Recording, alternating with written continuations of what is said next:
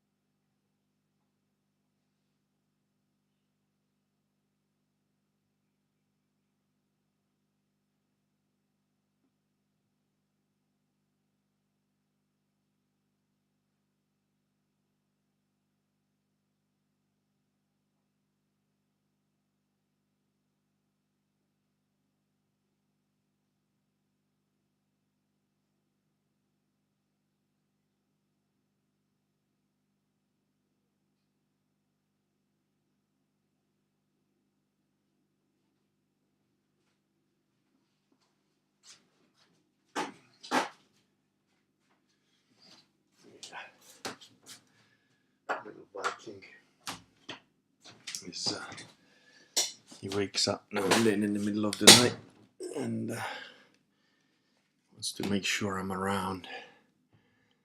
But yeah, I told him he's just next door. I told him, look, you can hear me talking. I'm right next door.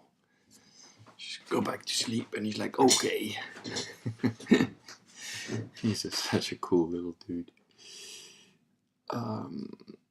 Sorry to hear that you injured. Thank you, Joe. But yeah, it's not, health is important, so I'm going to drink my troubles away.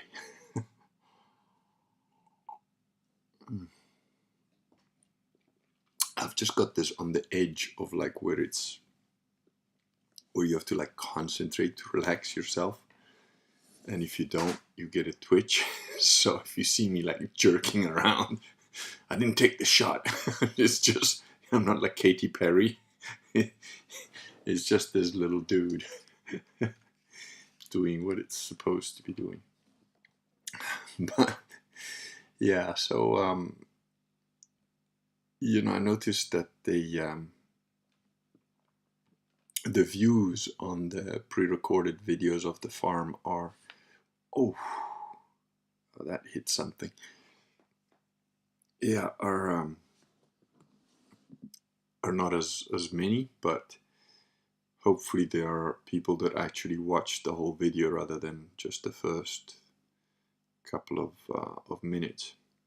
I may have to turn this down in a minute because it's actually making my hand do all sorts of funny things in waves, which is a good point. This thing has got different frequency of pulsing, and just want to make sure I've got it on the highest frequency because it helps. Yeah, it is. Okay. Yeah, sorry about that. So yeah, I'm doing a little bit of self-therapy here while I'm talking to you guys in terms of my tendinitis. Anyway, this physiotherapist I went to had this machine which basically has like a little gun. I don't know how else to call it. It's a tube with like a little bullet inside, and similar to a TENS machine, but what it does is it just like makes this little metal bullet inside the tube like hammer away at you, and he puts it right on top of the bone where the tendon attaches, so it's like painful as hell, but supposedly it causes a little shockwave to your system that causes capillary action and heals your arm by increasing blood flow to it, which is a different way, I suppose, of doing things other than the usual ways with compression bandages.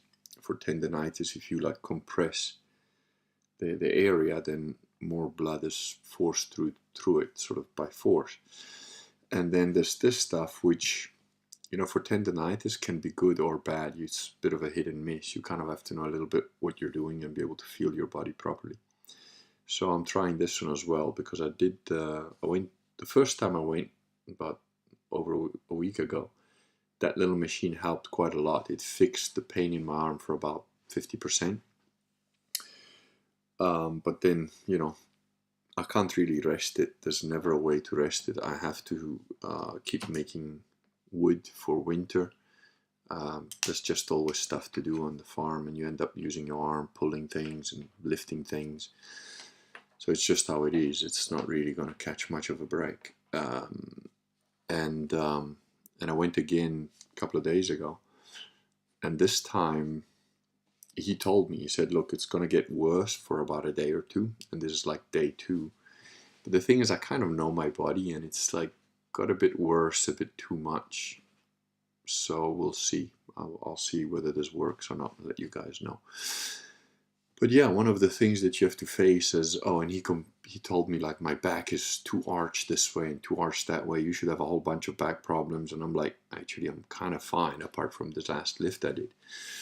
But, it's all the physical exercises I'm doing they're not exercises, just physical work that I'm doing, and probably not ideal to like keep you fit. So I'm going to start again a little regime of self movements to like help me keep in shape for longer. But yeah, as you get older, you invariably have to do a bit more work to keep fit. And I am heartened by the fact that there are, 90 years old that go to gym for a couple of hours a day, and they're like really good. They're in good shape. They're like 100-year-olds that do pull-ups. These people exist. And I think they used to exist more in our past because they used to do the kind of farm work that I'm doing on a daily basis. Like my neighbor, the guy who died of a heart attack for reasons which we understand in BitChute. Number 254 on the BitChute Kurgan channel. But the thing is, that guy was fit, until what happened to him happened. And he was in his 70s, and he was a machine. I mean, he would just carry on and on and on. I remember when I was a little kid that, like, my grandmother's neighbor was, that guy. I don't think he had a tractor. He used to, like, use the scythe to, like, clean the whole hillside, So, and he was an old man. He was a little old man because, in realizing nowadays, remembering, what I remember, I was like 6, 7, and, obviously he was taller than me because he was an adult, but he was a little dude, and he was quite a little wrinkled raisin of a man, and, he used to clean up the hillside with a scythe. And just people didn't know any better, didn't have an option, so they just did that. And I'm thinking we're just all generically soft. We have on my Gab account, there's like been an ongoing thing which irritates the hell out of me. Usually it's some American who's probably overweight, sitting on his couch, going about, oh, well, when the Saxon begins to hate, and they go on and quote what I think is a Rudyard Kipling thing about the Saxon, when the Saxon begins to hate. Look, those guys don't exist anymore. Like England had thousands, literally thousands of children being sexually abused by predator gangs, and nothing got done. And when a few of the parents tried to report it, they were threatened with jail time for being racist. So it's like, that ship has sailed long ago. The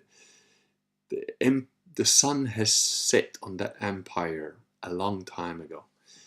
And then you've got like Ted Cruz saying, apparently Pelosi's husband was attacked with a hammer in his own house. I mean, I don't believe that, but whatever. Unless it was Nancy that did it, possibly.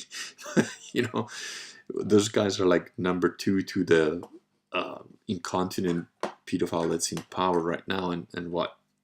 He gets attacked with a hammer in his own home? Like, what? They don't have security? I don't believe that. But anyway, whatever happened there. Ted Cruz is like, yeah, whatever happened, even though we have our differences, violence is never the answer. And I'm like, really? Never? Never? Violence is never the answer? So, does the death penalty not count as violence? Violence is never there.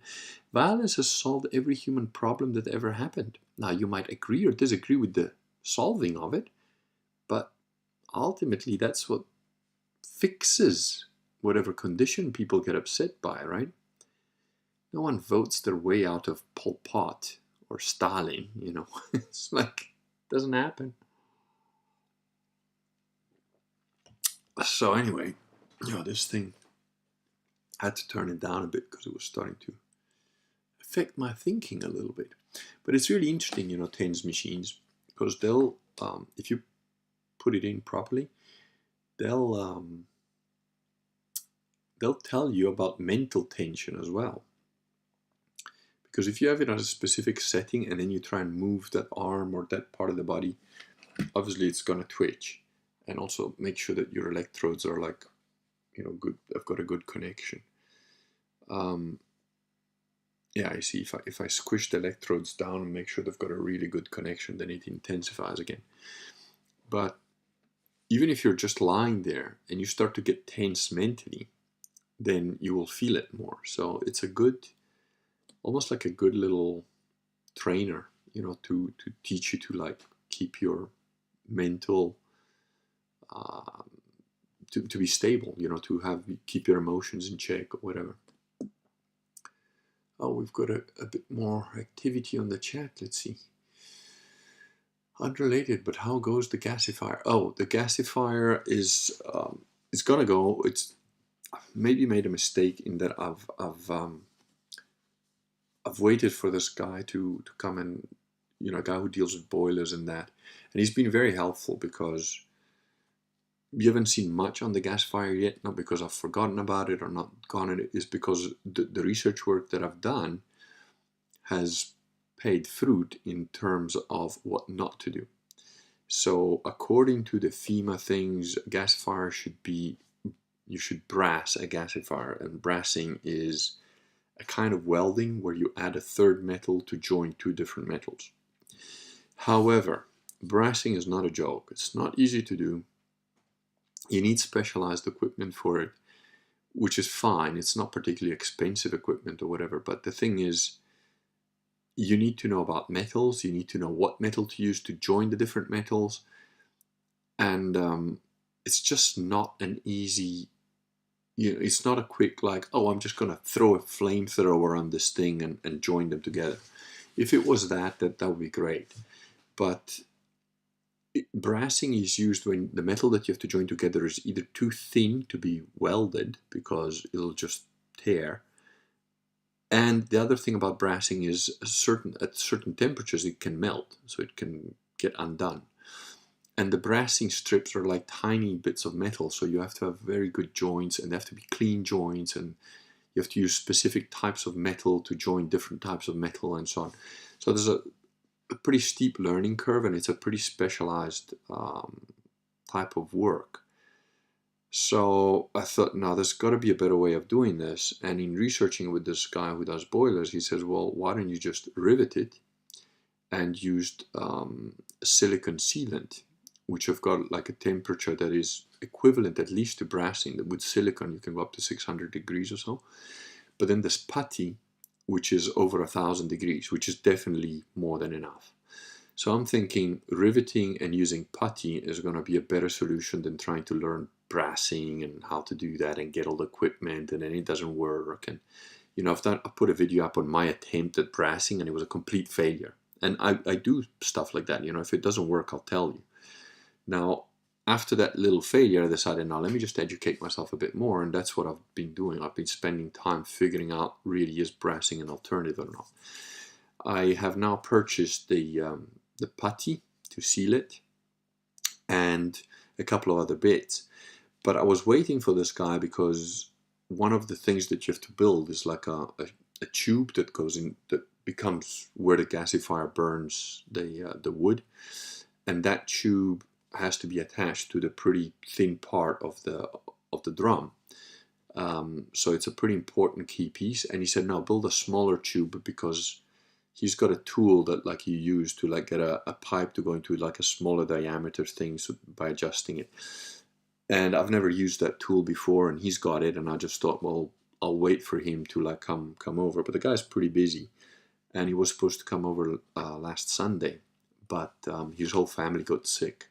They all got ill with like some kind of weird bug, flu, diarrhea, and what I said, look, just chill, come in a week, or come when you're better, you know.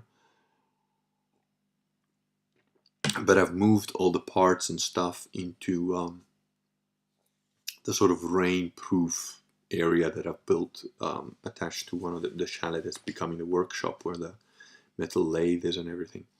So I'm ready for it. I bought the other bits, and if push comes to shove and this guy can't make it or is sick for too long, I'm just going to carry on by myself and learn from my mistakes.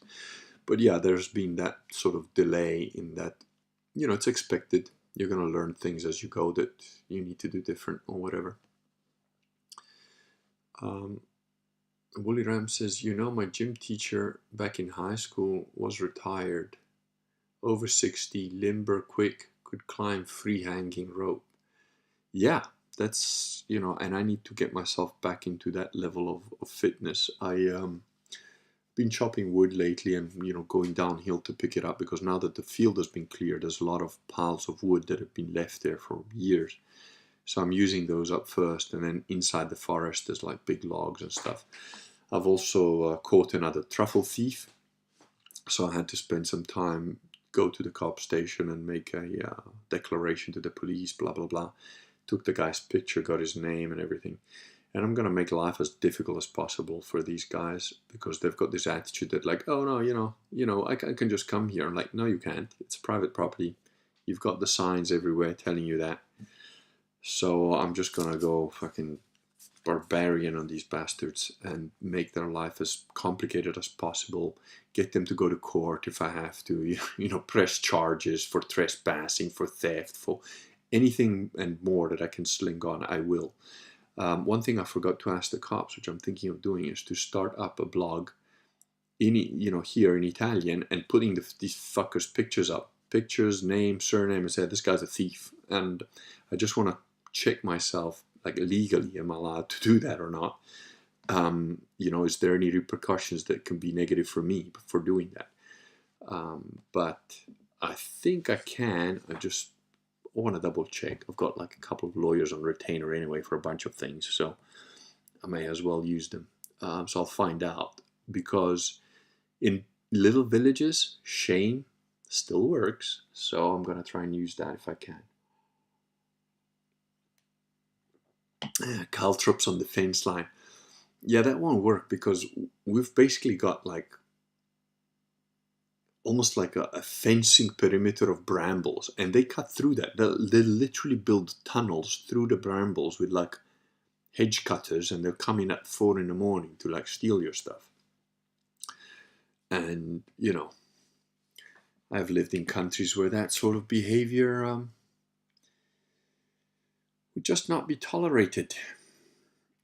And I'm not going to tolerate it here. Just the approach might be a little bit different, but there you go. Wade Wilson says violence is always the answer. At least that is closer to the truth than the opposite. No, but it is. Like I said, look, I'm not saying violence is the correct way all the time or anything like that. But what I'm saying is, like, if you look at any problem in human history, good or bad, right? Like, take Pol Pot. If you're going to take his side, it's like, yeah, I don't like all these guys that are smarter than me and like can read and shit. Fuck it. I'm just going to kill a few million of them. He solved his problem. And, then the guys that were like, hey, Pol Pot's killing us. We better get rid of him. How do you get rid of tyrants? By voting? By writing them a stiff letter? No. By bombing the crap out of them. Or, again, Nazi Germany. The Nazis had some things that they wanted to get rid of, and they used violence. And the rest of the world that sort of went the other way and said, no, we're going to get rid of the Nazis. Well, what did they use? Violence. So, it doesn't matter whether you believe it's good or bad. The fact is, it's what works. When it gets to the end of it, when all the talking is done with, that's what solves the situation one way or the other. Yeah. So, 16 of you now. Well, so feel free to throw any random questions at me. Let's see, what's the... like I said, I've committed to doing like at least one video a week on just general work on the farm. Some of it is a bit repetitive, but I'll try and make it interesting. Like the collecting the wood is an ongoing issue, so that is going to get pretty old fast, just seeing me cut a bunch of wood and stacking it. But after I've done one or two, then what I'll do is I'll probably just compile a bunch of them and like just make it like a compilation of like wood cutting, so that you can just see the wood pile getting taller and taller, I hope, because you never know, something happens in between. Somebody asked me whether there's some guy that left a comment saying, oh, do you get snow and where are you in Italy? I don't give my precise location away, but I'm in Emilia Romagna, and sort of large, big city that's not sort of too far from me is Rimini.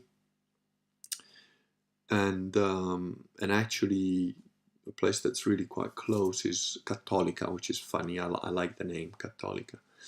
So if you're thinking of buying property in Italy and moving next to me, ping me an email and whatever, we'll discuss. Like there's various sites on the internet that you can use that are pretty good, that you can even delineate areas, and you can say which councils you want to buy in, and you can set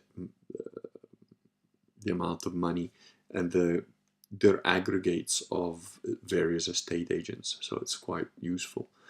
And then, of course, I'm here, so if there's anything that doesn't go on a international sort of or even local Italian website, I might hear of something nearby. Because the whole thing about the Kurganate is indeed that's how people change countries, nations, religions. It usually starts with 1, 2, 3 families, and these guys start to do something, and then everybody else sort of follows. It's just the way it is. And there are at least a half dozen couples or single men or families that are actually really interested in moving here. They're actively looking to purchase property nearby. And that's what I want. We want to build our own sedevacantist community, proper Catholic community. So, like I got an email recently, a guy that I've been emailing with him, young man, for probably the better part of a year, back and forth. He just emails me now and then, sort of like, oh, what do you think I should do here? And this is what I'm trying to do. And I think when he started out, he was single, and now he sent me an email a few days ago, a couple of weeks ago. He's got engaged to a lady they're baptized. He's definitely baptized. I think she's got baptized as well, or she's getting baptized. But becoming proper hardcore community. They're going to come and visit. He said next year in August, because they're setting up. There's a couple of people that have come to visit to see property, so it's going to happen. It's just a matter of time, and the quicker it happens, the better. But I'm here. I'm not going anywhere, so eventually it will take place. So, what your thoughts on female mate selection? I have a couple of videos on that if you go on my channel. I think, I can't remember if it's number 35 or something like that, pretty early on. There's like one on picking a good wife. There's another one on women in general. The title will tell you. So I've got a couple of thoughts on that. Just give me another second. Fire, tell you what, there's how many of you on here? There's, 17 of you. Do me a favor. Send me a question that you want an answer to, or that you want me to talk about. I'm just going to give my little dude another minute, because I can hear him. He's not happy.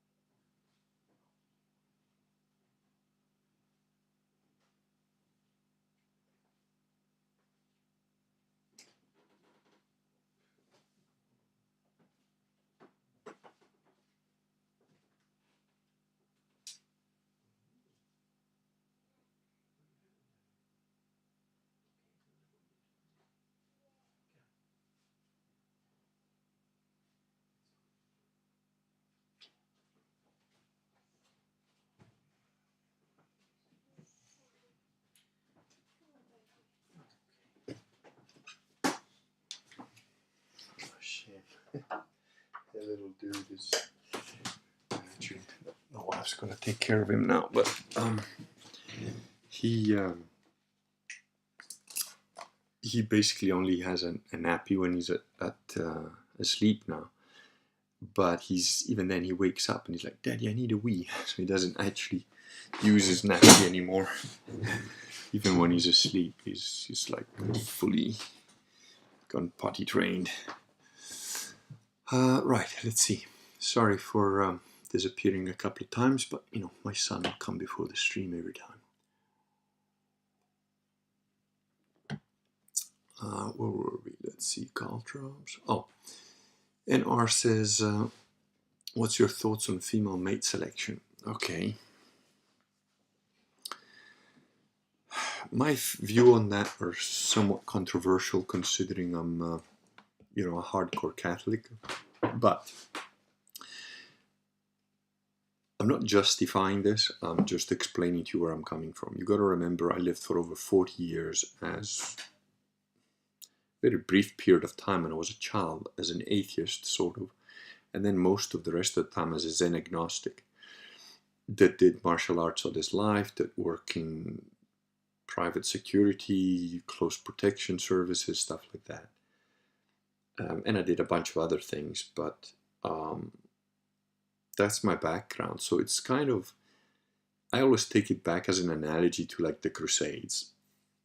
I'm not your pious guy that was always like a church going. No, I'm a mercenary that was like worked as a mercenary for many, many years, and then, you know, had the road to Damascus moment and became a crusader. But all the things that I learned as a mercenary still apply. And the thing that mercenaries are good at is staying alive and winning. Because if you don't, you die and you don't get paid. So, you know, we're fighting in a very, very fallen world. If this was the 1500s or even the 1600s or even the 1800s, I would tell you, well, you know, if you want to find a good wife, you look for a good family, find yourself a nice girl that's well read, that's got an intelligent head on her, that, you know, is a virgin, of course, and a chaperone, and learn what she's like for a while, and then get married and, you know, then have sex and have children. But in today's world, you can't find that. You know, it's almost impossible to find a good Catholic girl that's still a virgin. I'm not saying it doesn't happen, and I'm not trying to tell you don't look for that. You know, that might be what you need to do. Each person's got their own path. But I'm looking at statistics. I'm looking at numbers, and the numbers are, you probably, you know, if you're in your 20s and you say you're 22, 23, 24, 25, you probably won't find a virgin. If you're lucky, you'll find a girl that hasn't been around the block for like 30, 40 guys. And the no sex before marriage isn't going to work with most women. It just isn't. So, yeah, I know it's a mortal sin, fornication, blah, blah, all that. But if you find a girl that's close enough, you know, that isn't a pro-abortionist sort of weird feminist that's got all sorts of woke sentiment on her,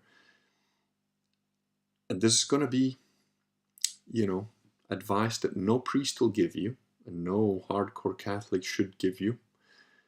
But my general thing is, you got to dignitize them. You got to have sex with them in a way that makes them, you know, have enough orgasms that after 3, 4, 5 orgasms in a row, they're like, oh, I'm in love. Because women are controlled by their emotions. They're not really, you know, logic is not their strong point.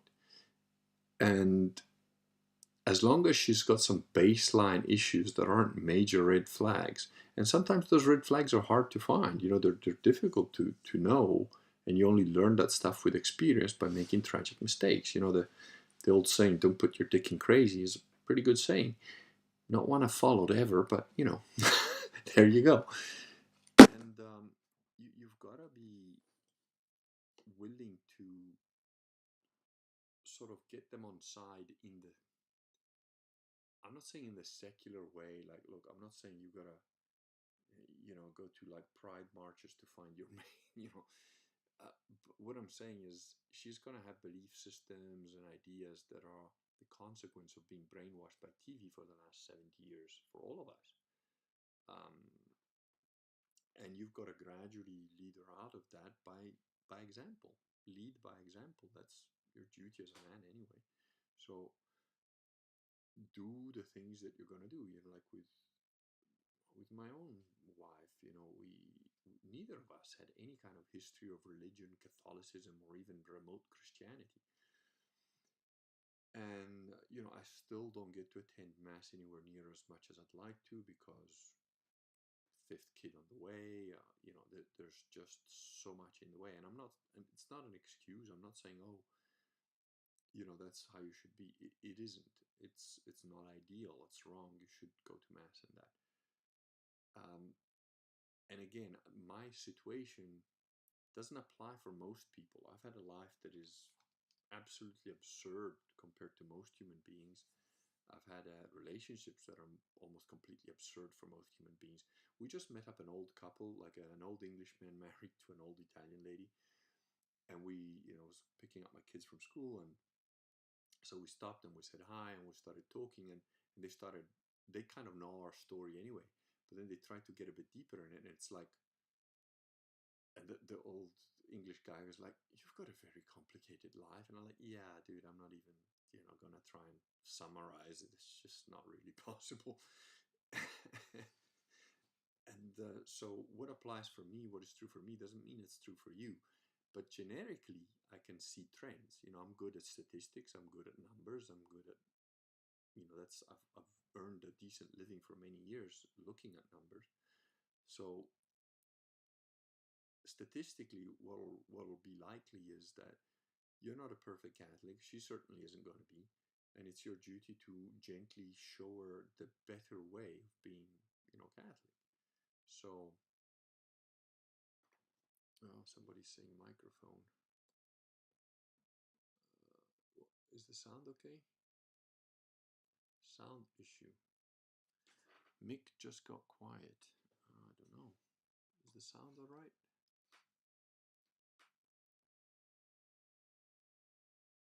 Holy Ram's got a problem. Mick just got quiet. Yes, it's quiet. Mick volume dropped. Oh, I don't know that I can do anything about that here. Let me see. That's at maximum. I don't think I touched anything else. Let me type there, see if you guys can still hear me. Move that over there.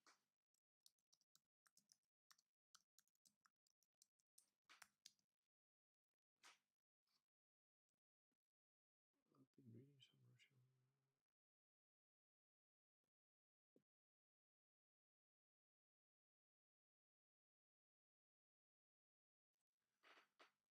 Okay, please somebody let me know if you can hear me. If you can't, I've just typed in the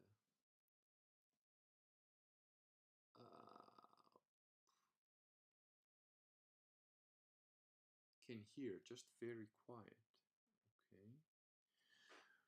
What is that, worse or is that better? An immediate volume drop. I heard something hit the microphone and the sound level dropped. Okay. I don't think I touched the microphone. I've taken the microphone offline now. Is that any different? Let me know. And I'll plug it back in a second. So now there's no microphone connected. It's just a computer microphone. And now I've plugged in. This is position 2. Unless something touched at the back here. Okay, one of you 17, 15 people, whatever you are, let me know if the microphone is still dead, bad, good, made any difference.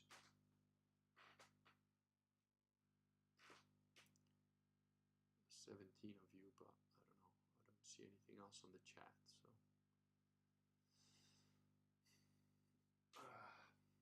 Still quiet. It was an immediate one. What's your thoughts on dating non-white? Okay, let me know about the microphone, then I'll answer your other questions, because otherwise it's pointless. I'm just talking to myself.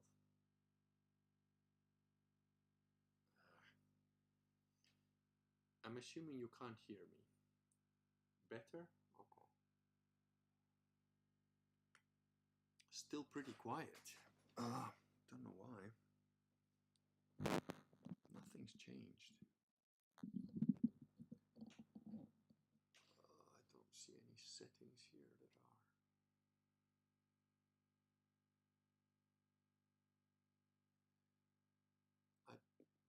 done anything here.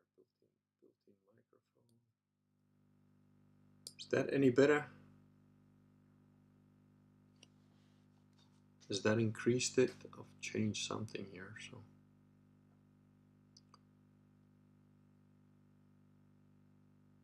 Woolly Ram, let me know. Still bad. The sound was popping when you put the mic back. Something creating fuzz when you adjust.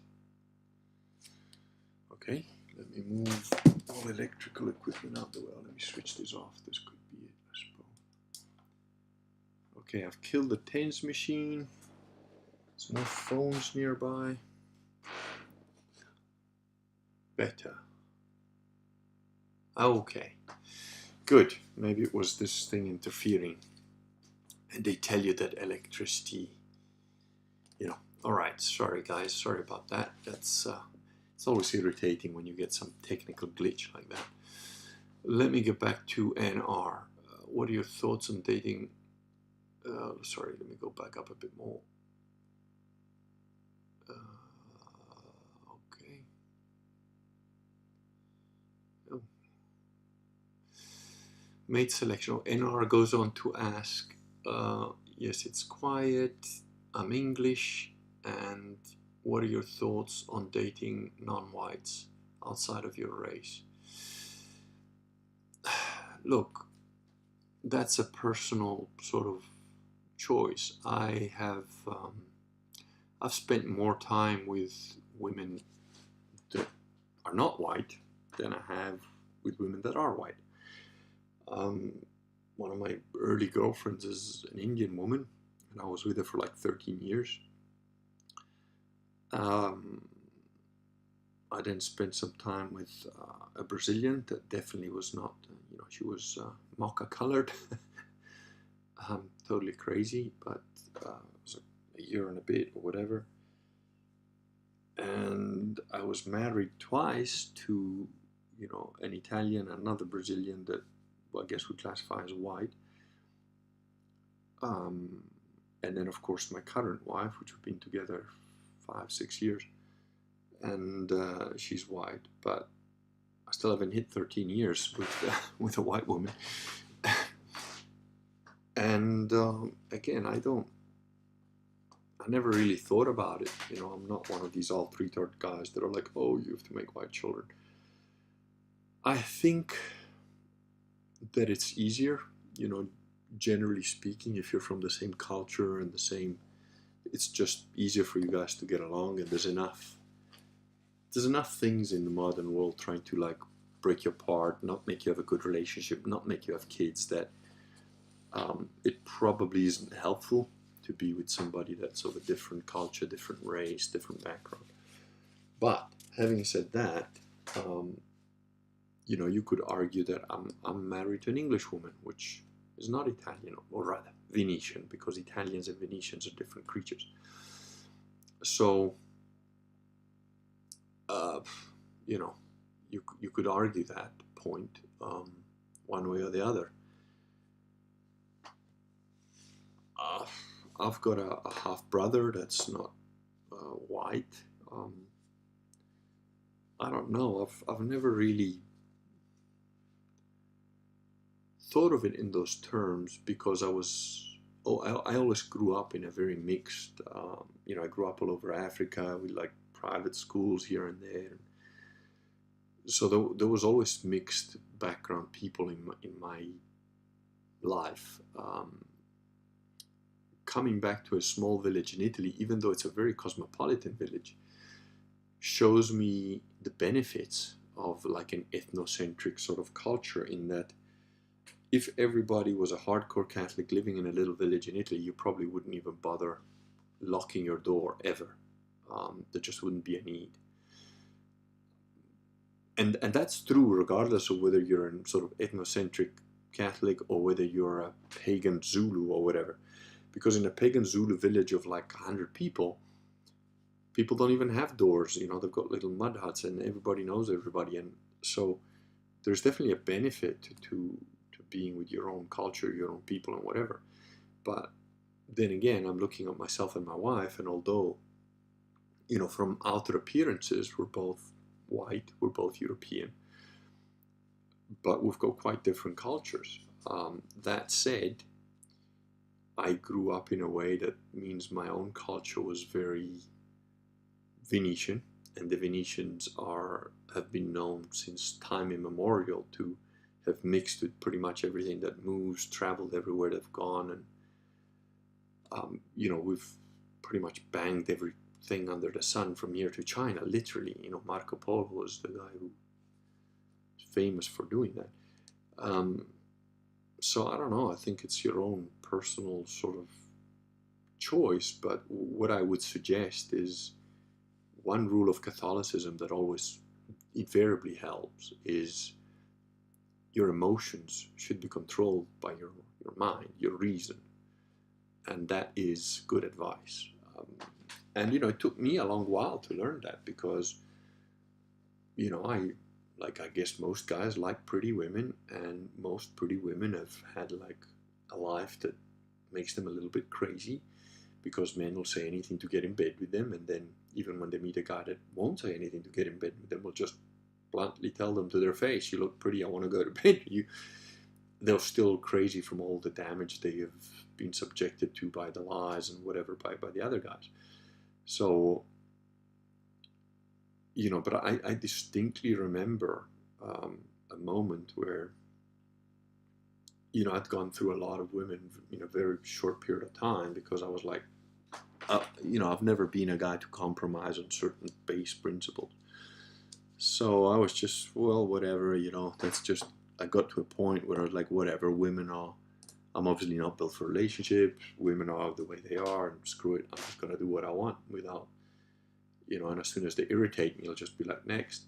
So that's what I did for a while. And then I remember I got with this girl that was also not particularly white, and we were actually just standing across from each other in the bedroom, like literally taking our clothes off to get to bed. And I was like, I had this feeling like, oh wow, she's really, and I caught myself, my brain caught myself. I said, no, don't you go over that edge, dude. Doesn't matter what she looks like, doesn't matter what she does in bed, just chill, stay on your side of the fence, because you don't know her that well, you know her well enough to get naked in bed with her, but just wait. And sure enough, that was the right move, because she did turn out to have a whole bunch of issues, red flags all over the place and whatever.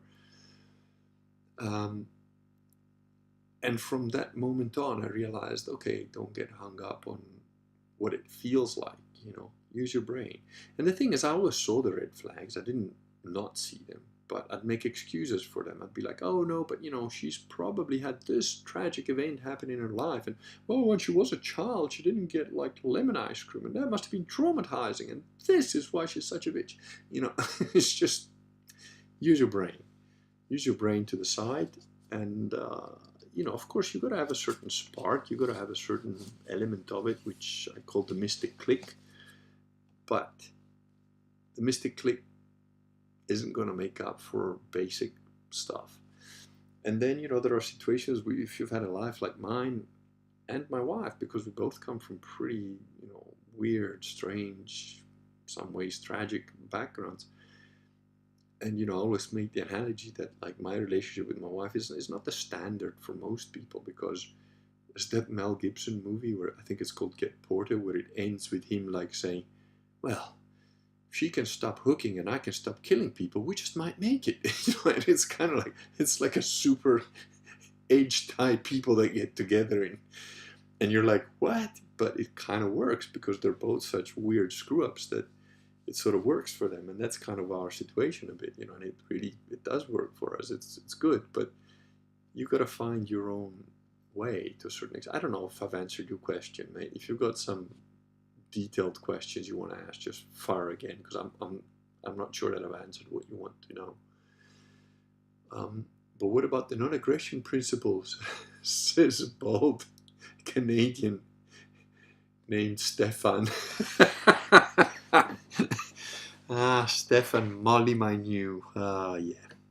Stefan Molyneux is somebody I've never been able to listen to, because he speaks in this way where You can guess, my friends, that he's going to have a sip of his wine, but he's telling you about it, and it'll happen in a minute, and it's almost as irritating as when Scott Adams says the simultaneous sip, because you know it's coming, and you just, oh, get the fuck on with it, right? Yeah, Stefan has never said anything even remotely interesting, so yeah. I mean, he's the guy that advocates for not having families and your children being raised by random village strangers or some shit. I don't know. Just crazy. Can you outline your basic beliefs as a sedevacantist differ from mainstream Catholicism? No, let me correct you right there. Number 3. There is no such thing as mainstream Catholicism. What you have is mainstream Satanism. If you're, if you're interested in that, spend $10, buy Believe. Go on Amazon, type in Filotto, Filotto, buy Believe. It's $10, 2-hour read, and it'll give you a very good overview, not just of Catholicism, but of all the other main religions to do with Christianity. If you're interested, go and buy Reclaiming the Catholic Church, which is 530 pages, not 2-hour read, a couple of days at least, if not a couple of weeks, and that's got all the details of everything. But essentially, the Catholic Church was attacked, infiltrated, and so on from the beginning, and since when the Illuminati came about, in about the 1700s, then very serious efforts were made to infiltrate it, and they were mostly successful. So from 1958 on, we've not had a valid pope, and all of the so-called Novus Ordo clergy are not Catholic. You cannot be a Catholic and be Novus Ordo. There are papal encyclicals that clearly state that if you change the Latin Mass, you are an enemy of the Church, and it is an invalid Mass. That's called Quo Primum. Then there is Ex Apostolato Officio. These are ex cathedra pronouncements. Ex Apostolato Officio basically says, if you're a public notorious heretic, you cannot be Catholic, you cannot be a pope, you cannot be clergy of any kind, which is elementary. It was always like this. Papal encyclicals, by and large, say nothing new. They just formalize what has always been the case in the Church. If you sacrifice little children to Moloch on the altar, you're not a Catholic. It doesn't matter if you wear the Pope hat. It doesn't matter if you call yourself a Pope. It doesn't matter if everybody around you says that you're a Pope. You are not Catholic. So sedevacantists are the only Catholics left because they stick to Catholic dogma. If you don't know what that is, and you wouldn't be alone, most people have got no clue what actual Catholicism is, get yourself on Amazon the Code of Canon Law of 1917. That is the only last and perennial Code of Canon Law. I don't see that it'll ever require any change, ever. It's the most vetted document on earth. It's been vetted more than the Bible. They used over 26,000 documents to make sure that there was no conflict between all the various encyclicals and dogma of the Catholic Church over a period of 2,000 years. And it stood the test of time from when it was implemented in 1917 until certainly until 1958, when the fake popes started coming in, and then the fake popes tried to pretend that they have to rewrite this Code of Canon Law, and they came up with the new fake Code of Canon Law of 1983. It's fake because it was a Code of Canon Law created by non-Catholics, which doesn't make sense. It's internally inconsistent, which is not the case of the Code of Canon Law of 1917, which is an absolute pleasure to read. If you're interested at all in legal stuff, it's Roman law, which is very different from Anglo-Saxon law, and it's brilliant. It is the summation of 2,000 years of civilization and the rules that make it civilization, and it's absolutely divinely inspired, because it is. So I hope I've answered your question in brief. Jan says, kind of random question. They're welcome. But I really like your insights. How can one improve a skill when one is already really good at it and having the clear view for the next step up? think outside the box. So I did martial arts for many, many years, and I'm aware that there are people that are better than me, you know, and I'm aware that there are things that I could always do to improve. I've been very good at shooting because I grew up as in a family of hunters. I've done like long range shooting. I've done trained for many years with a gun, but you can always improve. So I don't think that if you're really actually good at a skill, I think the better you are at a skill, the more you're aware of how little you know. That's been my experience. So I've never had the problem of thinking, I'm so good at this, I don't know how to improve anymore. I've only ever had the problem of like, oh man, I wish I had more time to develop this thing or to work on this part. So if you're sitting there thinking, oh, I'm so good, I can't improve, you're probably a millennial and you're probably not that good at all. So my suggestion is just to work harder at what it is that you want to improve and don't stop. Wooly Ram says, how much trouble are the truffle thieves? Do they steal anything else? Well, the truffle thieves are a big problem because they damage, you know, they not only do they steal very expensive truffles, because we've got white truffles here as well, which is very rare and extremely expensive, but they cause damage because they don't give a shit. It's not their truffle farm, so they just rip everything out, don't let the stuff. And you know, there's two guys that like stole a bunch of it, but eventually I will find out who they are, and I am gonna definitely press charges. Because, you know, it's small villages. Everybody knows everybody. I've just been a shut-in for over a year fixing my house. But I'm now starting to get out there and, you know, I've got this guy's picture. I'm going to just keep going around till I find exactly who he is. And I'll find the other guys too. Eventually I will. It's just a matter of time. You know, I'm not a patient man most times. But when it comes to hunting, I have the patience of a very experienced hunter. So, okay, then we've got the sound issue, which hopefully has now been dealt with. Bender Bear says, I've been reading some Russian Orthodox for their perspective on the special military operations / war in Ukraine. And they sometimes talk of the Crusades as something other than ethical or moral. Do you know why that is? Yes, because the Russian Orthodox are backstabbing, double-dealing, two-faced liars. Again, I suggest get Believe. It's got a very short section there about the so-called Eastern Orthodox. The Crusades happened in 1095. That was the first crusade. And the first crusade happened because Urban II, which was Pope, got basically a call from the emperor in the East saying, hey, we're getting slaughtered by the Muslims. We're Christians. We're your brothers. Please come help us. And Urban II said, hey, our Christian brothers are getting slaughtered by the Muslims, who have been raiding the whole of Europe, by the way, for 300 years, closer to 400 years actually, enslaving men, women, and children, raiding our villages, killing our men, putting them, you know, making them slaves, and so on. So a couple of wealthy Norman and Frank families decided, yeah, this is not right. They sold their property. They got their friends and family also to sell their property, collected all their gold, and started walking towards the Far East to go and help the Eastern Orthodox. When they got there, the emperor was like, oh, you have to swear fealty to me and swear that you're not going to take the lands over once you get them back from the Muslims, which all the Crusaders did, as did Bohemond with some reservations.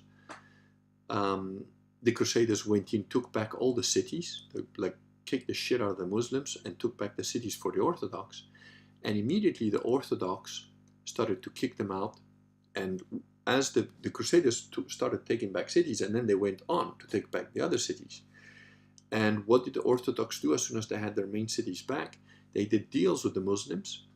They joined forces with the Muslims in many cases to attack the Crusaders together with the Muslims, to murder them, in other words, after they got their cities back. They promised to bring reinforcements, food, water, etc., and on purpose did not do so that the Muslims could wipe them out. And they did this from the very first crusade on to the second, on to the third. And on the fourth crusade, the Crusaders said, we've had enough of this shit, and they sacked Constantinople. And I think they were very patient, very Catholic, and very pious men.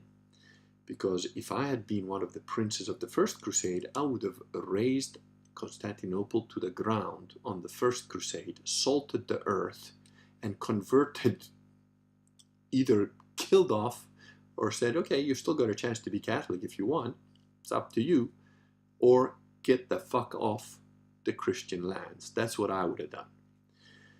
Now the Orthodox try and say, oh, the Christians put us to the fire and the sword. Really? Why did they do that? After you backstabbed them, murdered them 3 times in a row. You know, there's another tribe that did similar sort of things for 109 times in a row. And that's why.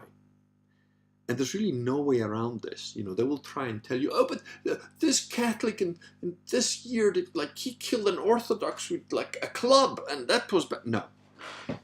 I think it's downstairs. It's downstairs. Get yourself God's Battalions. It's a book by a non-Catholic historian, but who is an honest man. What's his name? Oh, I'm terrible with names. It'll come to me, but just get it. God's Battalions. Not a big book. Just gives you the summary of it. Read that. And then read The Crusades by Harold Lamb. Harold Lamb was a freak who spoke and read Arabic, and he went to find all the different documents from both sides of the conflict to really give the true history of the Crusades. But first read God's Battalions, because that gives you the overall context. And then go ahead and also read, by the same author, who's a Baptist, by the way, is not a Catholic, Bearing False Witness, which is a debunking of all the lies about Catholicism that the Protestants have said. And not all of them, but like most of them. Read those 2 things, and then you'll understand why Russian Orthodox and Greek Orthodox they're schismatics. They're not Christians. The only Christians are sedevacantists. The only Christians ever were Catholic. And I don't care if this offends the Protestants and the Orthodox. It's a fact. And if you read, you just need to read. You don't need to be that smart. Just read the patristic fathers. Read the history of the church. Read who put the Bible together. There was only Catholicism for over 1,000 years. So-called Eastern Orthodoxy did not exist until the year 1054. And even that, when they tell you, oh, the Pope tried to take power, it's bullshit. The split happened because the emperor excommunicated 3 bishops, which had no authority to excommunicate the emperor of the East. And when the next Pope came up, he said, no, let's be friends again, sort of thing. And it was the Eastern guys that said, no, no, no. So they're projecting. They're like certain other people that, you know, scream out in pain as they hit you. That's what the Orthodox do. They're 2-faced liars, you know, and they lie about what happened historically. Okay, what's your thoughts on dating non-whites? I believe I've answered that. They're still pretty quiet, slightly better. Okay, there's still the sound. Okay, still the sound stuff. Okay, the sound stuff got better. Alright, okay, fix the volume. Good. Have you successfully planted any crops yet? No. I have planted things twice, but pretty much fuck all is growing. So I think I need to build a proper greenhouse, which is another project that's a bit of a pain in the ass, and where to put it and how to build it and what's it going to look like. I could build a pretty easy, quick greenhouse that I'm not too happy with how it looks, and the location for it is pretty near the house. You know, and I want to start to think about aesthetics as well, because, you know, it's stuff that mostly my wife worries about, not me. But, you know, I don't want to have a thing that looks like some kind of the farming equivalent of a what do you call those car wreck places, you know, like car graveyard, but like a farm graveyard. I actually want to try and keep it sort of a bit neat and looking a bit better. So the answer to that is no, not yet. Cordell Mitchell says, if she isn't vaxxed, batshit crazy, and or the local whore, she's probably worth a shot. That's pretty much it. And you know, even if she's the local whore, you know, I know people say you can't make a whore into a housewife, and they're kind of true, but you know, there's always exceptions. I'm just saying. NR says, I'm an incel. Well,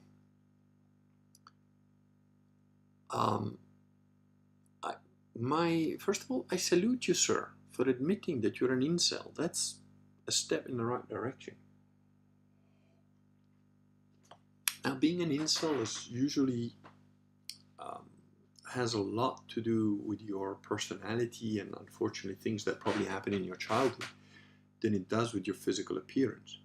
I literally know of men that are physically have got a lot of issues. They're like deformed, you know. They were born like handicapped in that way, and they're married, and they have a good marriage.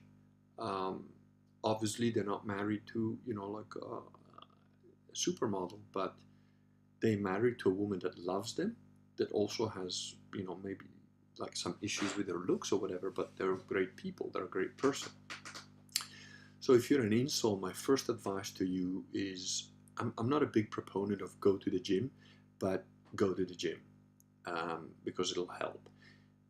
And I absolutely believe you should go to a martial art class. Doesn't matter what it is. Don't worry too much about, is it the perfect class? You know, if you can go to a systemic class, go to a systemic class, because that will help you the most, the quickest. But do work on yourself physically. Do what you can to improve your personal physical appearance. You know, if you're overweight, like, start eating properly. The exercise, the gymming, the martial arts, it builds you confidence. Go to martial arts, because getting punched in the head and keep going back until you avoid getting punched in the head, because you get better, builds confidence. Doesn't matter what anybody says. You know, if you're getting punched in the head like 6 days a week, and, you know, then some girl says to you, oh, you look ugly, I don't want to go out with you. You're like, you know, yeah, it hurts, but not as much as getting a broken nose, you know. So it gives you a better perspective of life. And start talking to women. Join a yoga class. Just start talking to women without necessarily the intention of getting into a relationship. Just start talking to them. Say, hi, how are you? Look, I'm new at yoga. I don't know what I'm doing. Can you help me out? Speak to the teacher, who will probably be a woman. Speak to the other girls in the class. You know, just talk to women at every opportunity. Don't be a creepy, weird guy, right? But, you know, if you're at a bus stop and you say, sorry, have you got the time? Start slow and build it up. Just get comfortable with talking to women. And eventually it will happen. And, you know, don't be shy. You've got Tinder, you've got whatever. Push comes to shove, hire somebody to get over your scared. Again, not best Catholic advice, but I've helped people. You know, I used to do clinical hypnosis for people that had some serious social anxiety issues. And I told a couple of these guys, they were like in their late 20s, early 30s, they'd never been with a woman. And I said, just hire a professional. Hire a professional, be safe, and tell her that, like, you know, you want to get some experience. Tell her to do everything to you, you know, whatever. Spend a couple of grand, go for a couple of days, get it out of your system. And it has helped them. These people have now got like girlfriends, regular girlfriends. They've moved in with their girlfriends. Some of them get married. So incel is not a permanent condition, but you do have to work on yourself, and mainly your self-confidence, mainly your belief of what is and isn't possible. Again, use reason to just incrementally work your way up things. Don't think that from one day to the next you're gonna like suddenly, you know, be dating supermodels. Just work your way up. Join a physical class, do physical things, improve your appearance, improve your grooming. Make sure you shower daily. Make sure that, you know, you don't look like you brush your teeth every day, you know, twice at least a day or so. Make sure you do all the normal things to make yourself look presentable. If you're bad at getting I'm terrible at wearing clothes. You know, this is a pajama, whatever. I hate going shopping for clothes. I don't like it. I've never liked it. And I don't care about fashion at all. But I can pretty much get away with it. I'm not a particularly horrific looking guy or whatever. I can throw a t-shirt with holes in it and it doesn't matter because I really don't care about it. So I've been with women that are like, oh, but you know, like she's always super made up and like they've got super makeup on and everything, and they look like they've literally just walked off a catwalk. And I'm like, hey, I've got holes in my t-shirt. I'm just sweaty from gym, and my shoes have got like ripped, you know. And they're like, but, you know, how can I hang around with you? Look at her. And I'm like, hey, lady, you can hit the door whenever you want. And they're like, oh no, of course not. I would never, you know. But it's because of my personality. It's not because of what I'm wearing. And I'm sure that because of what I'm wearing, probably some hot woman that walked down the street, that if I had been in a tie and suit and whatever, would have looked at me, probably glanced and said, oh, but I know he's just too rough or whatever. So, you know, but if you're an insult, start figuring out that stuff. You know, it's useful anyway in other contexts, business and whatever. People look at how you dress and stuff, you know. Bender Bear says Vact is a -8 on the scale. Yeah, maybe -4, still brutal. How many here are C19 vax free? Yeah, I'm not vaxxed. I think most people here are not vaxxed. Underbear says, yes, Stefan is a drama queen. The funniest thing about Stefan, which a friend of mine like showed me, was this thing where he's like, friends, I've been like kicked off YouTube and I've gone to BitChute and I've got 3%. I've only got 3% of my followers. 3%, friends, but I'm not bitter. I'm just saying, you know, I don't have the same following and the same income. But I'm not bitter. I'm just saying it's horrible, but I'm not bitter. And he kept saying this, and it's just like, it was hilarious. You know, it was just funny. Ooh. Wade Wilson says, Stefan is way too rhetorical and libertarian. And libertarian is a dead end. I stopped watching even before he got banned. I've never watched him. I literally listened 5 minutes and I was like, this guy's just retarded. It's boring the crap out of me. What do you reckon Stefan's IQ is? I don't know. I've not listened to enough of him to make a judgment. It's probably in the 120, 130 category. Something like that. Libertarian is just a trap for autistics of a certain type. That's pretty accurate. NR, do you agree with the JQ? Depends what you mean by the JQ. You know, I certainly don't believe in building actual gas chambers that are gas chambers and incinerating, if there are actually incinerators, and killing, you know, men, women, and children because of their ethnicity. I don't believe in that. I do believe in, you know, the punishment should fit the crime, and there are certain people that have done certain things that are absolutely criminal, and they should be removed from society. I also believe that different cultures and different people are best when they are in their own place. As the English say, good fences make good neighbors. And it's absolutely true. I don't have a problem with Saudi Arabia. You know, and you can't bring a Bible into Saudi Arabia. You certainly can't build a Catholic Christian church there. But that's fine. I have no wish to ever see Saudi Arabia.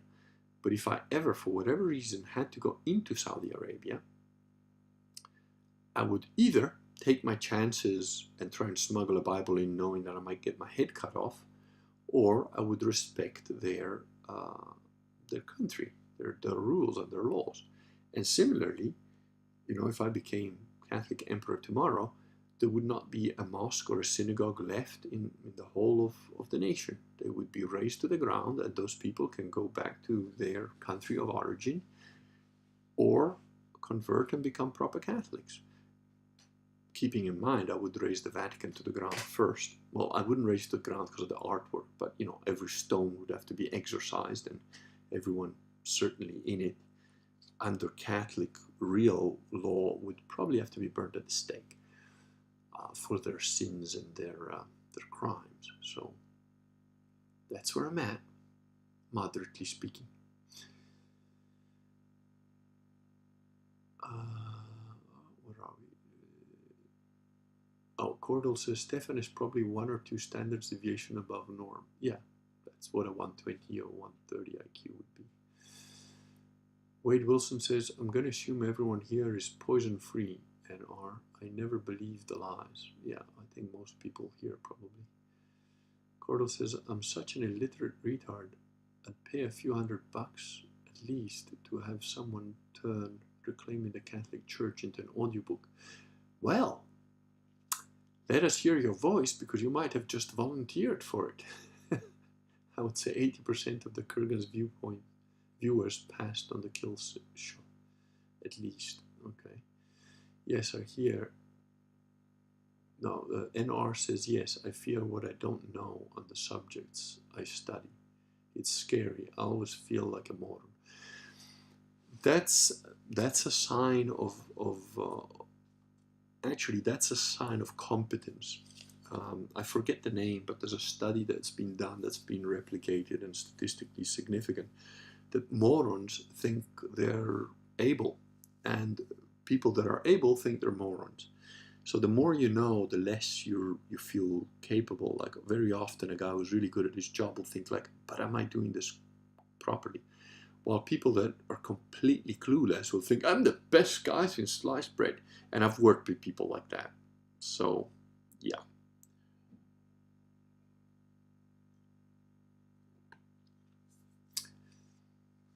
Seramer says Norman is the Norwegian word for Norwegian. Norman equals Norwegian. We took Jerusalem on a 72-hour fast.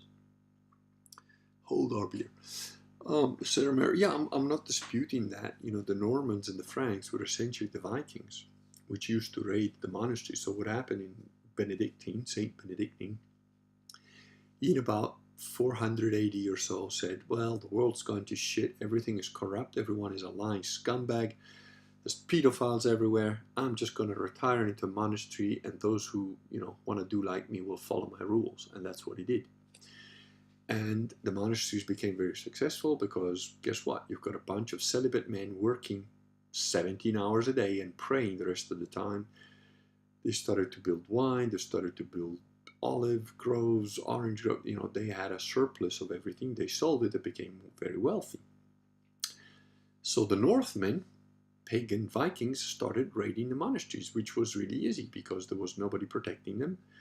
And they were pacifists, basically, and the Vikings just came and raided, killed everybody, raped the nuns, stole all the gold and all the beer, wine, olive oil, and whatever else was going on.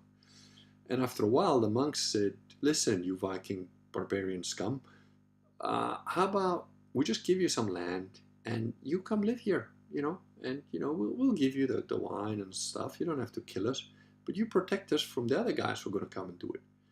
So the Vikings were like, hey, this is a good deal. Why not? Yeah, cool. And we just have to protect you from the other guys who are raiding. Yeah, cool. We like fighting, so we got the fighting, we got the booze. Yeah, excellent. And then they converted, and they became Catholic. And they became the Crusaders because they were still good at killing people, you know. And the fact is, although you might find it hard to believe, although, you know, you can see some highlights now, you know. It looks white, but it's really blonde. But, you know, when I was a little kid, I was blonde. So was my brother, my sister, my son. He's blonde. You know, there's Viking genes in there. I mean, my great-grandfather was 2 meters tall. You know, he came from the Venetian mountains. As I said, Venetians mixed with everything. You know, the area where my grandfather was born and my great-grandfather is in, you know, is near Venice. It's a Venetian area in the mountains, right next to the sort of German/Austrian border. You know, it's definitely those people. I mean, there are areas of Italy in Bolzano where they basically speak German, which I'm not a fan of, but you know. So Rodney Stark, thank you. Thank you, Stephen. That's God's Battalions, Rodney Stark, and Bearing False Witness, Rodney Stark, and How the West Won, Rodney Stark. He's a brilliant author. You're not going to go wrong by reading a Rodney Stark book, basically. And he corrects himself over time. So when you know, he wrote something 30 years ago that then he went and found the primary sources himself and realized, oh, I was just quoting other historians and this was nonsense. He tells you that. So, and he names and shames all the other fake historians. So I really like him. He's a good guy. Van der Beer says, thanks for the answer. I have updated my reading list. Actually, that's something I'm going to do on my blog as soon as I get the time for it. I'm going to put a list with links to the 100 best books I've ever read, and I've read thousands. It's not going to be a perfect list because I'm sure I forgot some really good books that maybe I'm, you know, not aware of anymore or whatever. But there's going to be a fiction and a non-fiction list, and they're my top 100 books. So you're going to have links of like the best books to ever read. And Ben de Beer says, I thought of the Eastern Orthodox as a strong option next to real Catholicism, but your response has put some doubt to that. Yeah. You know, when I first had my road to Damascus moment, I certainly pivoted towards Orthodox, so-called inverted comma Orthodox Christianity, because I had a lot of Russian friends. I used training with Russian guys that were Russian Orthodox, the good guys. I found Russian Orthodoxy to be very practical, very amenable to, you know, something that makes sense. And I thought, yeah, this makes sense, but you know, I'm a pretty thorough guy, so I started to read at the beginning. You know, Protestantism was out the window very quickly because, you know, you've got Catholicism, which lasts for 1,050, 60 years or so. Then you've got the split between Catholicism and Eastern Orthodox and the Copts. And then 500 years later, you've got Protestantism and 40,000 denomination of nonsense. Quite clearly, there is only one true church. That's in the Bible. If you read, there is one church. It's one church. It cannot be divided. It cannot be split. That's from Jesus, right? So, again, Protestants don't read the Bible. You know, they accuse the Catholics. You know, Protestants hate me for saying this because they're like, Catholics don't read the Bible. That's been a thing they've said for years and years. And I said, oh, Catholics prevent people from reading the Bible. We spread the Bible. No, Protestants didn't spread the Bible. The printing press did. Catholics never prevented anybody from reading the Bible. And again, read Rodney Stark, Bearing False Witness, which puts the lie to that nonsense. And the only reason people became Protestants was to do with money. The Protestants at the time didn't know what the theological arguments were because they were nonsensical, frankly, anyway. It was all about money. So, you know, Protestantism is absolute nonsense, and that's obvious to anybody who spends 10 minutes looking into it. You can only be a Protestant if you're brainwashed into it from birth. Same like Islam and a bunch of other things.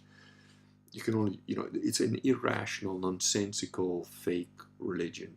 So it doesn't make any sense. So it had to be Catholicism or Orthodoxy. And I thought, well, you know, Orthodoxy looks pretty cool. The Orthodox look pretty cool. The Catholics have got a bunch of pedophiles. There are pedophiles everywhere in the Catholic Church. I've never liked them. Since I was 7 years old, that priest in class told me some absolute nonsense that made no sense to me. And I thought they were crazy since then. But, you know, let's just read the history. And then I'm like, oh, wait, what's this Vatican II? Oh, wait, what was that? Oh, no. Infiltration in the church from the 1700s. That was massive. Oh, we've got people admitting they infiltrated over 1,000 gay communists into the church to change it. This is in the 20s and the 30s. Read Bella Dodd. Hopefully it's still okay. But anyway, so I started looking into it. And then I bought myself the Code of Canon Law. It's sitting right there at the bottom of my shelf. I think if I get out the way, you can probably see it. There, see? That book I'm pointing to right now. That's it. That's the Code of Canon Law of 1917. And on the other side, over there, I've got a couple of Bibles in interlinear Greek. Over here, I've got the Aramaic New Testament, so translated from the Aramaic. And, you know, I've got the Old Testament in Hebrew and whatever. And I started reading into this stuff. And then I realized, oh, Catholic dogma actually makes perfect sense and civilized the world. And if you actually follow the rules of Catholicism, you have a safe, brilliant, awesome society that builds things for future generations, that has lots of kids, and where everybody looks after each other. Great. You know? So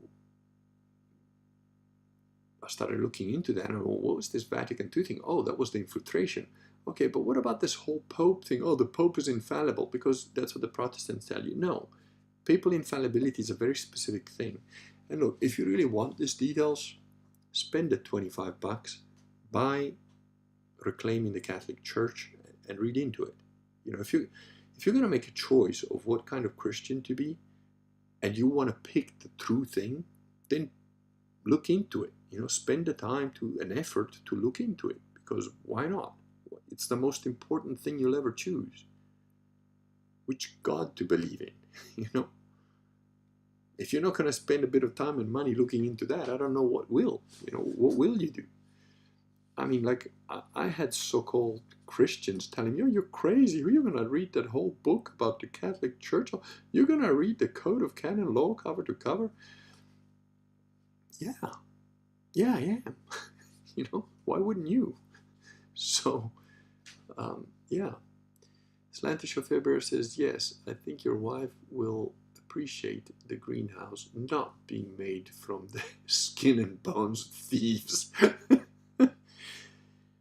Well, you know, just coming round to that. I was thinking, you know, if I just put the skulls of the enemies at the edge of the property, that would work.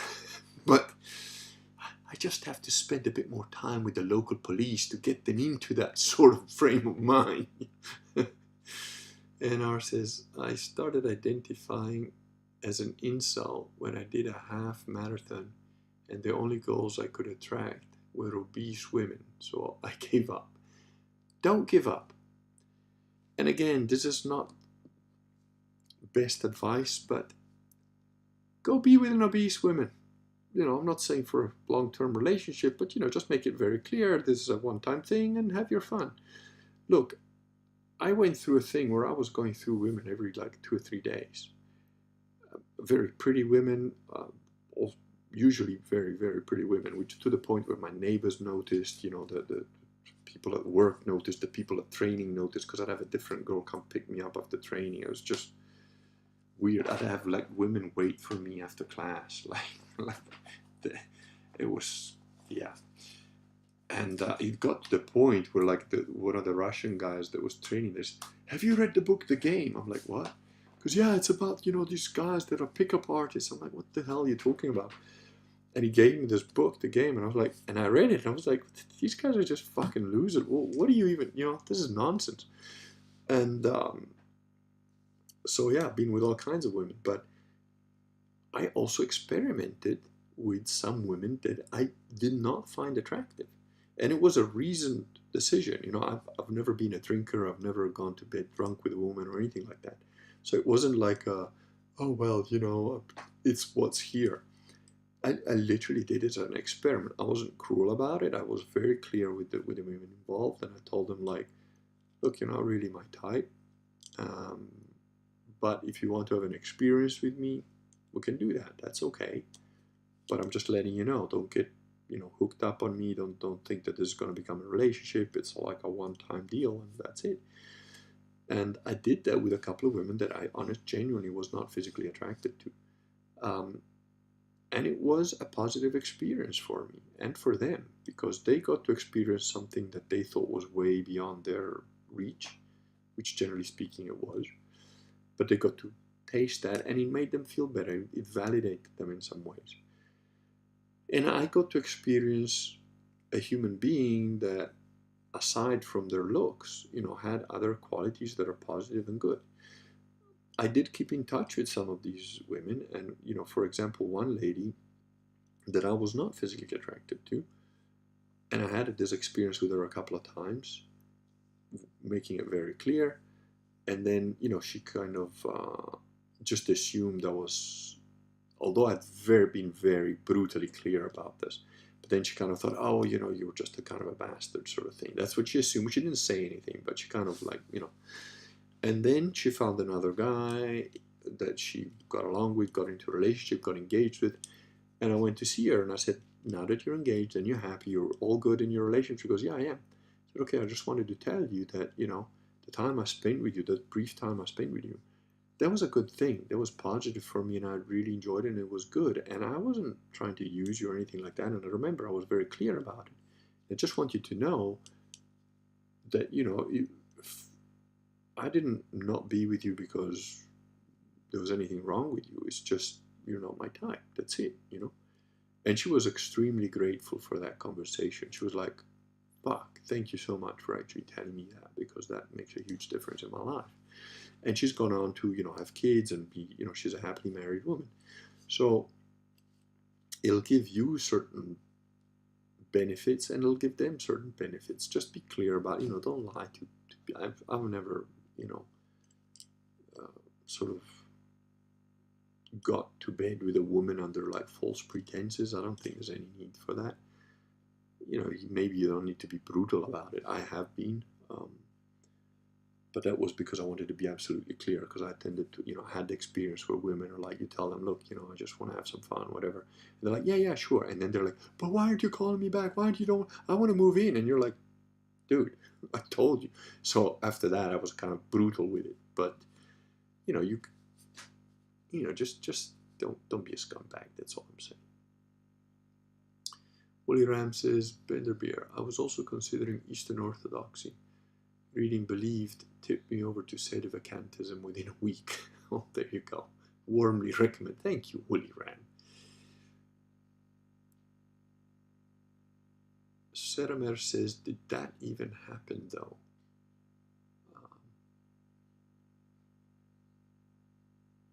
I don't know what. Oh, maybe Willie Ram said before, there's a reason treacherous politicians are called Byzantine. Yeah, there are. I'm not sure what Shermer says, did that even happen? I'm not sure what you're referring to. If you clarify, I'll try and answer. Willie Ram says, on the plus side, bleached skulls adorning the fences will save the lives of those considering thievery. Yeah, I'm not sure that's a plus though. The Norse became Normans then. Yeah, they did. Willie Ram says, I suspect that Spanish, French, Italian farm girls also had a hand in persuading the Vikings to settle down. Oh yeah, like, you know, women that grow up on farms are actually pretty fucking awesome. And I think that's kind of everywhere, regardless of culture, you know, like women that look after themselves and grow up on a farm, because you need both, right? You can't have some farm chick that's like covered in pig shit all the time. They might be able to get covered in pig shit, but then they have to be able to like get home, shower, and put on a nice dress. That's a woman that like you want to hold on to. Cordell says, the Byzantine hired Varangians as imperial guards for a reason. Exactly. Which reminds me of the saint whose name I took, who was the captain of the guard in the Eastern Empire. And they were torturing Catholics to death for being Catholics. And he was so impressed with how brave these guys were that he converted there and then on the spot. And of course, he was tortured to death for it. So, yeah. Slanty Chauffeur says, Willie Ram, always thinking ahead. And the Prots, rainbow churches. Yeah, pretty much. But look, even the fake Catholic, the Novus Ordo Church, is just another branch of Protestantism.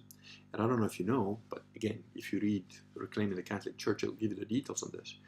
Vatican II was orchestrated by a Jew, primarily, Protestants, and the Eastern Orthodox. Isn't that a coincidence? What do these people that, as per the Catholic Church, are considered outside the Catholic Church and therefore should have absolutely no say in anything to do with Catholicism, they're the ones that pretty much pushed for, designed, and influenced what Vatican II had in it. Novus Ordos, or Novus Orco, as I call them, the new orcs, are just the same as the old orcs, you know. Something or other says, do you think the entire Christian religion rests on the account of Paul? No, why would I think that? It doesn't. You know, the Bible is a pretty thick book, and although the New Testament, almost half of it is written by Paul, that's just a part of it. And nor do I think that the whole of Christian religion relies just on the Bible, because I'm Catholic. We know about tradition and we're aware of it. Sedimer says, great stream, you have a wealth of wisdom, brother. Thank you very much. Go ahead and buy pallets of my book and distribute them to your friends. That's how you help me out. Ben the Bear, Ben the Bear says, I agree that choosing a church correctly is of huge importance. I saw a couple of gay flags on local churches, and that is all I need to confirm this. Yeah. And again, if you're going to be Catholic, then be Catholic, which means sedevacantism. You know, I wish I could just say Catholic and people would know what that meant, but they don't. Because when you say Catholic, they think Bergoglio, Ratzinger, pedophiles. No. Those are Novus Orchians. They're wearing Catholicism as skin suit. They're Satanists. They're actually Freemasons, Satanists. Freemasons are Satanists. Illuminati, you know. Their names are Legion, but they're Satanists. They actually literally worship Satan. No joke. Read into Freemasonry, see where it comes from, and it's, you know, the origins have certain small-hatted people involved and so on. But, you know, Freemasons, Illuminati, Illuminados, which was their original name in Spanish, they're all, you know, Rosicrucians, all these guys, they're all Satanists, ultimately. And keep in mind, the Freemasons' game is to play both sides of the same coin, you know. So now you've got, oh, Twitter is back, Elon Musk has got Twitter back. Really? Who's Elon Musk? Are you a good guy if you're wearing a jacket that hails Satan? Are you a good guy if you're like married to or produce kids with a literal witch? Are you? You know, are you a good guy if you're promoting the World Economic Forum sort of idea of like us eating bugs and all sorts of other things? Are you? Yeah. But if people think that, oh, I can say what I want on Twitter now, yay! Milo, the fake Catholic, the Freemason. Oh yeah, I'm going to be hardcore Catholic. I'm going to be like church militant, who's run by a gay guy who hired another gay guy to both pretend they're Catholic and who like agree with E. Michael Jones, who's a grifter, and Taylor Marshall, who's another grifter, and they're none of them Catholic. Not a single one of them. To be Catholic means you reject the Novus Ordo Church and all its pomps, because they're satanic. And it means that you do not recognize any pope after Pius XII, because everyone after them was a Freemason, not a Catholic, and a public and notorious heretic. I hope I've been clear. About the Masons, there is a free online book, Freemasonry, the Grand Orient. Okay. Might be useful for some people to learn about Satanism. It's a handy primer. Okay. Well, guys, I've been going for an hour and 40. I'm going to call it a night because I think my little dude is still up and I can hear my wife wondering about. Do you have Latin Mass in Italy? Of course. In any Catholic church, you will only have the Latin Mass because that is the only true recognized Mass. If you're unaware of this, look for the Instituto Mater Boni Consiglio, IMBC, or look up sodalitiumplanum.biz, which is in English, Italian, a couple of other languages. And that's the website of the priests and of the real Catholic priests, where I got baptized, married, confirmed, etc. So, written by a Monsignor of Pre-Vatican II Church. Oh, excellent. Oh, thank you. Can you, Woollyram, can you put a link maybe to that, if you don't mind? And if somebody can put a link to sodalitium.biz, I think the chat carries on even after I say goodnight. But yeah, I'm gonna go to bed and try and sleep again. Thank you all for being here and for the excellent questions. Oh, the one thumb down voter is back. He's alive. He'd actually gone off YouTube for a period of time. So thank you all. Have a very good night, and God bless every single one of you. Good night.